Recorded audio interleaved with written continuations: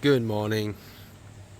Yes, the new 740Le.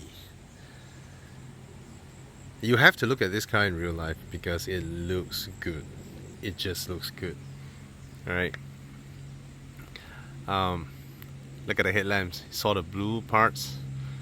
These, if I'm not wrong, if BMW has blue color headlamps, that indicates these are laser lights. Look at that word, laser. Okay. And this paint is beautiful. This crayon-like pastel gray kind of color looks really, really good. It's amazing how car makers are more flamboyant and more daring in their color choices nowadays. And it's very nice to see this. Now they have changed the entire front, right? So in a way it still looks familiar, but then the grille is a lot more imposing now. It's huge, and I don't know, everybody laughs at BMW for doing this, but Audi and Mercedes have had large grilles all along. Okay. One thing that I particularly like is this, how they have smoothened up this part, basically cover it, and then look at that, that flows air out of here and then smoothens the air out of the wheel well, basically more aerodynamic. Okay, even the BMW logo is larger. It's pretty huge. Okay, so of course this car is fully spec'd, and you have all the radar, cruise control, lane keep assist. From my experience of using it just now, this is a better system than the one in my Volvo. Okay, it is able to read markers even when they are not that clear. It is able to catch them, and the way it follows the lines, especially on curves that are bendier, may I use that word, is able to catch up and drive the car along the lanes. Now the whole front portion of the car, they have lifted the entire bonnet higher. Look at the cut line, or the bonnet cut line, and the top of the hood is actually more like a clamshell now, because it curves towards the side. So it gives the car a more upright front end, basically a more imposing front end, a taller profile compared to the previous one where it's a lot more slimmer. So this gives the car a chunkier look, and even from the sides. Okay, it's a good looking car. Very, very long. This is longer than the S-Class. And look at the wheelbase. Just look at the wheelbase. I think that's more than 3 meters. Right, it's a very long car. And that little hockey stick down there has been changed to a more vertical one. The whole chrome line. Alright, and then towards the rear, it is almost a new rear end as well, because the lights are very different now, more 3D effect. Okay, then you have that one line that runs over, and you can see the xDrive badge over here. This is the xDrive. Now 740Le. Previously, the 740Le comes with a 2-liter engine, a higher tune state, okay, which pushes out 258 horsepower and 400 newtons. This, however, is a 3-liter inline 6. So this round, this car pushes a combined output of 390 horsepower, 650 newtons. Okay, very powerful car and very fast. Now it's a big limo. Okay, those of you who have driven the S-Class, you will know that, I mean, it's acceptable to expect cars of this segment to be floatier, you know, maybe slightly clumsier than the one segment below. But I tell you, this car is agile. Actually, even the pre-facelift one is super agile. Very, very nice. Let's go in. Okay, and the interior is just gorgeous. These lovely Napa leather seats, the cross stitching. I can't find a single surface that has been chipped out in this car. It's just so luxurious. Okay, and every part of it, touch and feel, everything feels great in this car. That's where the boss's seat. Right. So the whole air control panel back here, even this small little portion, they use that beautiful wood garnishing that's around the back of the seats as well. Even the gloss black surfaces are higher quality than the usual ones you see in other cars. Very nice. And I suspect they did some anti-static treatment, so there's not a lot of dust stuck onto the gloss black panel. Very nice. Okay, you have some little compartments there. That's for the 12-volt socket. Okay, and what are these? You have USB-C slots, 2 of them, HDMI, headphone jacks.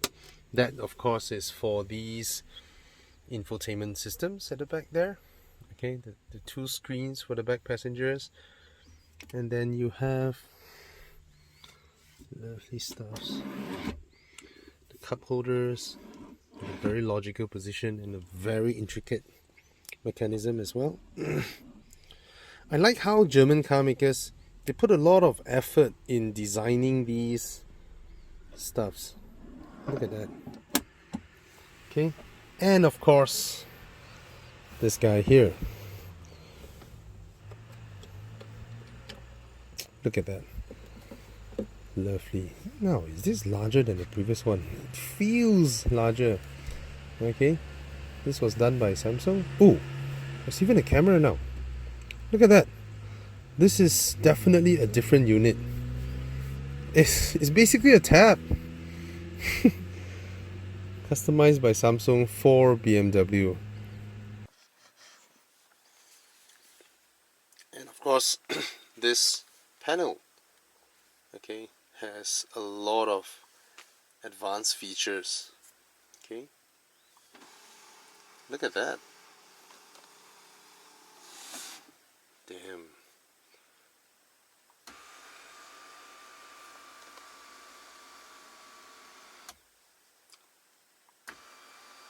Amazing, right? And look at that. This blind is up, this blind is down, this one is showing darker.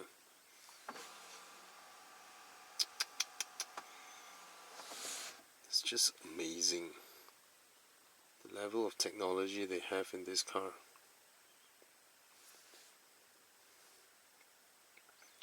You can have seat massage, right? And you can select which seat. Amazing, right? Crazy.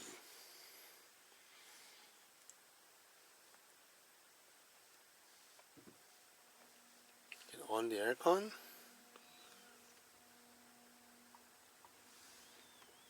This is the most advanced car out there.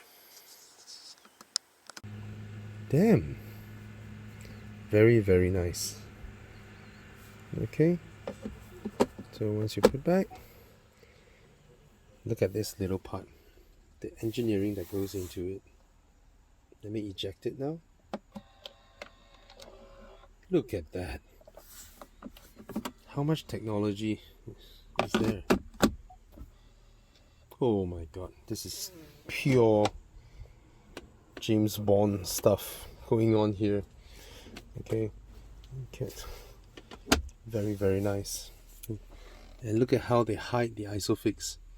Okay, instead of some plastic panels, it's a little high-class zipper. Okay, where you pull down to basically put your car seat. It's not gonna be used very often in cars of this segment, but hey, there are people who buy 7 Series and S classes as a family car.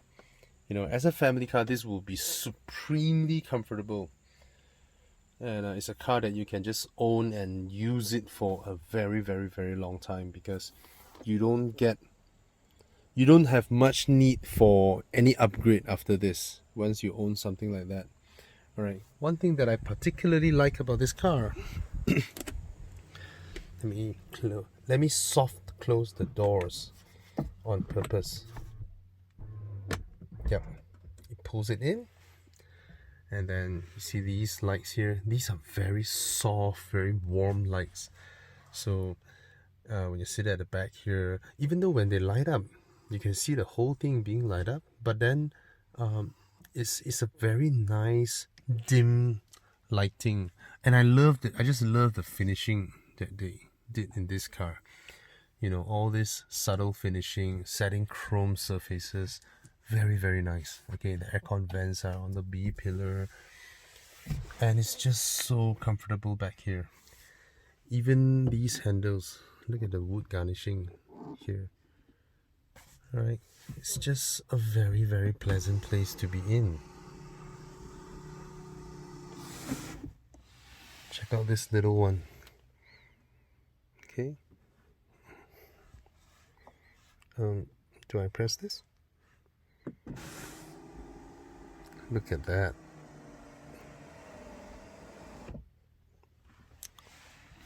Even on little parts like this one, the one where they house the seat belts. Look at the finishing here, right? This real wood that's being used in here is just beautiful. And then again, satin chrome finishing. This leather runners. These look like Hermes handbags, don't they? High quality leather.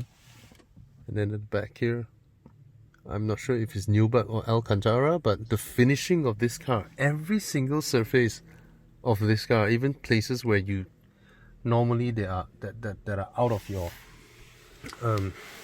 vantage point when you sit here, things that you don't usually see, they also made a lot of intricate finishing to it. Okay, even the surfaces here, these lovely, again, I'm not sure if it's Alcantara or Nubuck, but it's the same sensation. Very, very nice feeling. Even this plastic panel for the mirrors, right? You have a little satin chrome line here, and then it's just beautiful. The lights and all that. Sorry for my hair. Okay, so yeah, man, this car is just so well finished. Every surface of it. See, even the insides of this panel feels good to touch. The carpets are thicker than your usual carpet in your car, and then the rear seat controls are here. Alright, very nice. Just unbelievable, the comfort levels of this car. Okay, let's go to the front seat. Oh, even this part. Look at that. Even this part. Just beautiful wood paneling that they use. I have to say, man, this is one of the most well-built cars out there. Okay, so let's go to the front seats. Lovely. And you have memory settings for both sides, of course. This is where the bosses sit, right?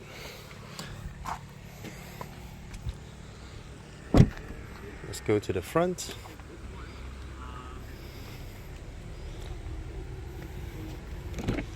Now, many people would have assumed cars like these are to be driven by the driver. Of course, a lot of people of this stature would have busy schedules, right? And their drivers would do the job of driving them around. But it is also a car that you can drive yourself, use it daily, bring your family around, because it's not expensive. 600,000 ringgit for something like this is not expensive at all, right? And the things that you get in this car, every little stuff in this car is just so well finished. Every surface, the leather feels great, the stitching looks beautiful, the seats, they look beautiful, the black color piping going against the cross-stitching seats, just It's just so nice, so pleasant to be in here. Okay, and I really like the way they integrate physical and digital stuffs in this car. So you have this little dial here to shut off the air vents, all right? But individual air vents, you can see this is touch sensitive. You see that? I really like the way BMW does all this stuff, and the graphics are fast, crisp, just really nice. And one more thing that has been a BMW hallmark, when I run my fingers across here, look at that, the shortcut buttons. You can assign shortcut buttons to all these buttons apart from doing their usual work, right? Serving as station numbers and things like that. And let me lower the volume. Now look at the volume of air, right? I touch it, it lights up. So it is essentially a physical, not as though a physical button, but there are contours on the screen, right? So it is actually a digital screen with indented surfaces, so it helps you when it comes to pushing them, right? And the little screen they hide in there, all these little stuffs that they do is just so nice. Okay, you can push the cup holder here. There's one USB port here. Push it again, and then you reveal the wireless charger. Now the wireless charger in this car, right? Most cars, when I put my phone there, because my phone has a ring at the back, so it raises the phone up. But this car, when I put my phone there, it charges even with the ring. So that means the distance or proximity is actually larger. Okay, come to the steering wheel. I'm very glad that these controls are so easy to use now for the radar cruise control. So for the radar cruise control, now all you need to do is that, well, while you're driving, now it's funny, I'm seeing this thing flashing here, but from my eyes I don't see anything. From my eyes it's just dark, but from the screen of my recording device I can see it flashing there. I have no idea what is that, but that's not in the previous car.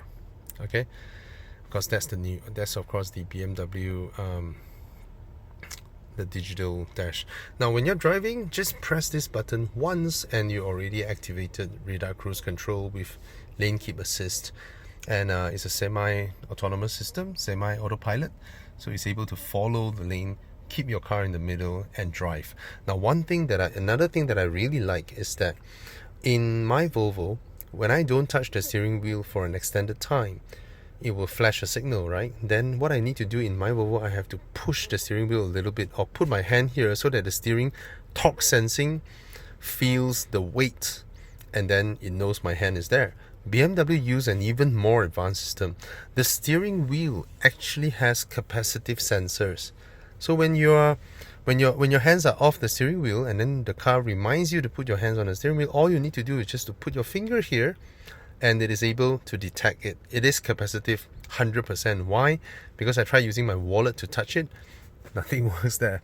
So this is really, really good and a very classy way of doing it to sense whether your hands are on the steering wheel or not. Okay. Now this car also comes with some premium sound system. Now it's not the top range, but Harman Kardon and its proper sound system.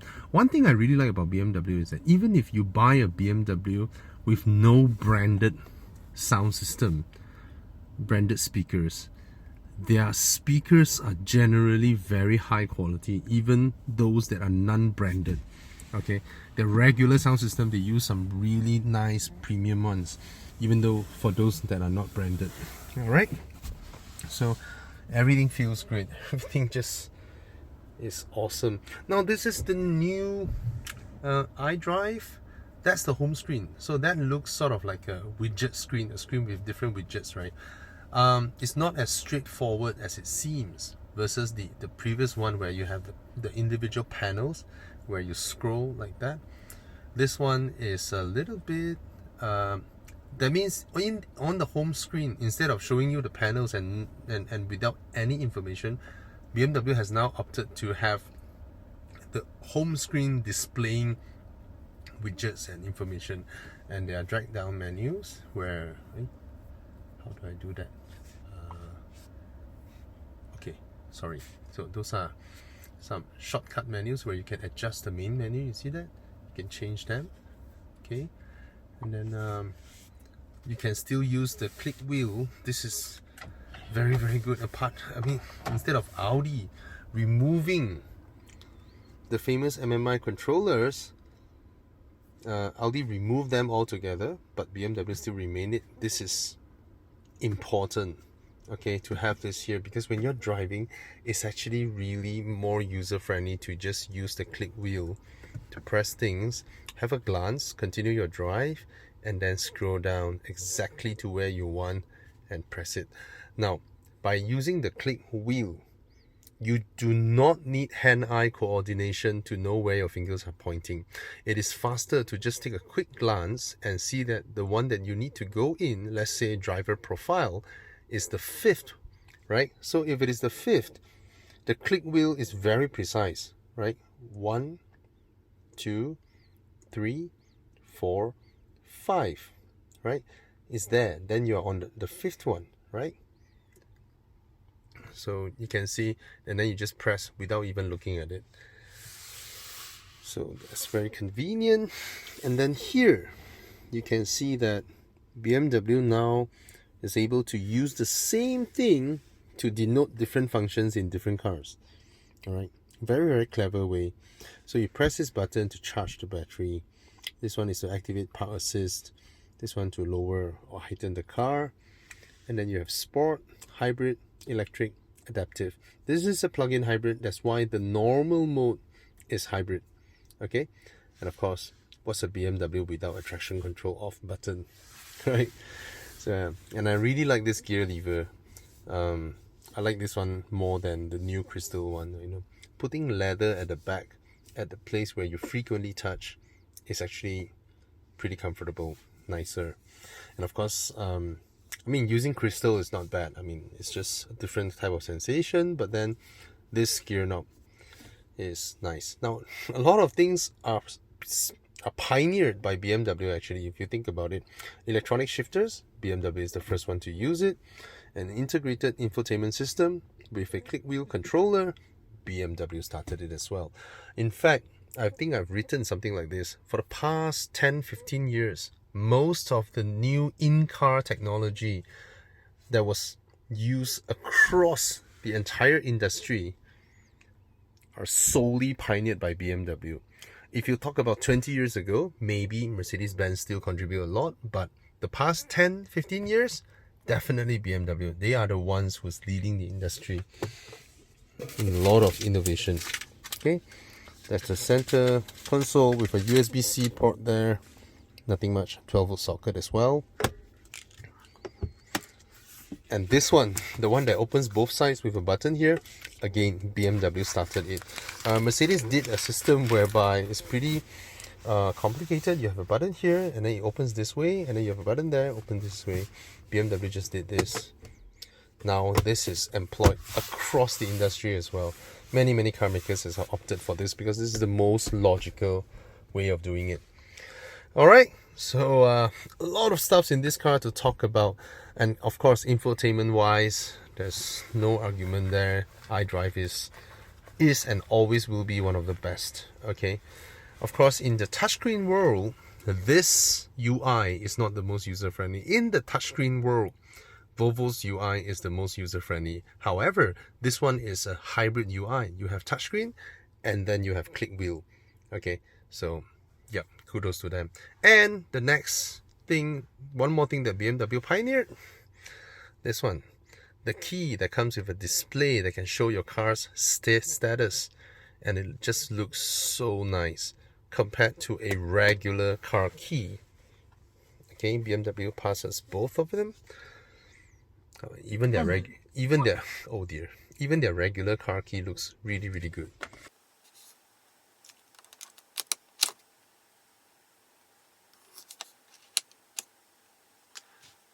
Now, BMW is the only car maker in Malaysia with this.